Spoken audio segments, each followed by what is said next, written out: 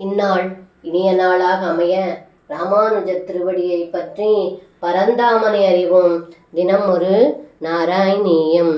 திருத தத்வதியம் ததாக்ஷணம் ஜனனீம் தாம் பிரணயேன மோகயன் ஸ்தனமம்பதி சேத்யுபாசஜன் பகவன் அத்புத பால பாஹிமாம்.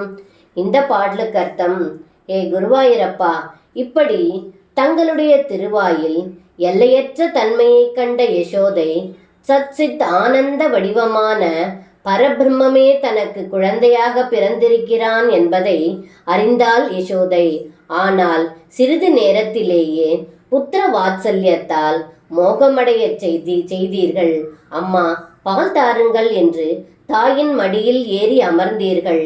அத்தகைய பெருமை படைத்த தாங்கள் என் நோயை போக்கி காத்தருள் புரியுங்கள் என்று இந்த பாடலில் பட்டத்ரி சொல்கின்றார்.